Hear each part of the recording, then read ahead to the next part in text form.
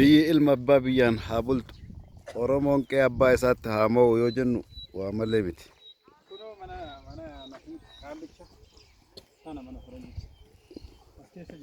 Dachee miidhagduu bareedduu akkanaa kanarratti uumaan nu uume ilaala.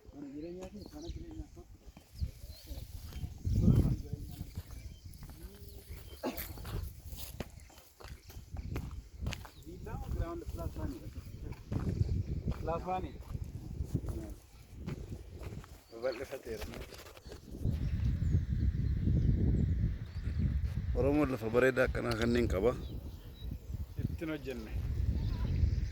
Birriin bakka baay'ee jira.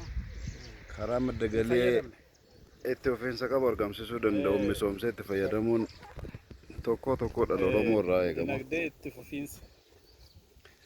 Lafa qabeenyaa magaalaa irraa saamuu qofaaf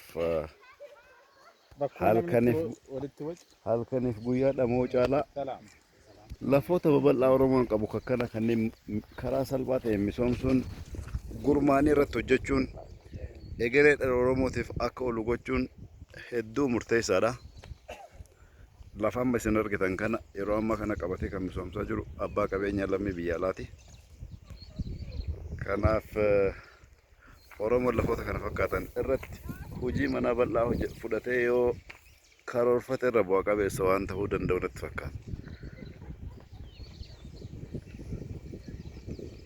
Aagan waa dhageessisu.